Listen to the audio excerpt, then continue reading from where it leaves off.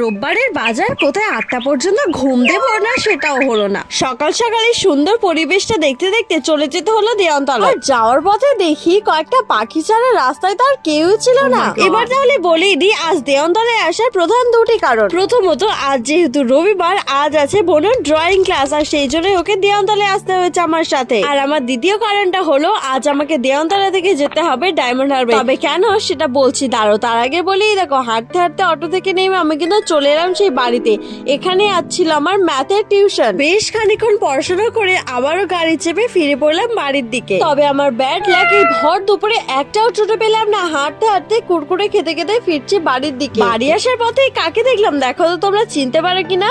আরে এ তো আমাদের রিঙ্কুদি। তবে চোখে কেন কাপড় দিয়ে রেখেছে তোমরা কি বুঝতে পেরেছো? আর এই ঘাটের মধ্যে কেন চশমা পরে স্নান করতে এলো? জানি না বাবা এর কাণ্ডগুলো। তবে হ্যাঁ, তোমরা তো সাবস্ক্রাইব করতে পারো, সাবস্ক্রাইব করে দাও এই চ্যানেলটা। ধন্যবাদ।